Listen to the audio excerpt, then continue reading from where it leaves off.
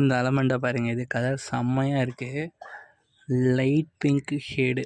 பூடி size பாருங்கள், அரும்பு பாருங்கள். இது ரொம்ப சூப்பராக வரக்கூடியது. இது பாருங்கள் பிளான்ட்டு.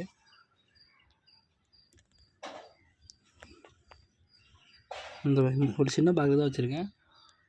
எல்லோரும் தொட்டிலே வளர்க்கலாம். செம்ம சூப்பராக இருக்கும். நிறைய பூக்கக்கூடியது, நல்ல வெரைட்டி.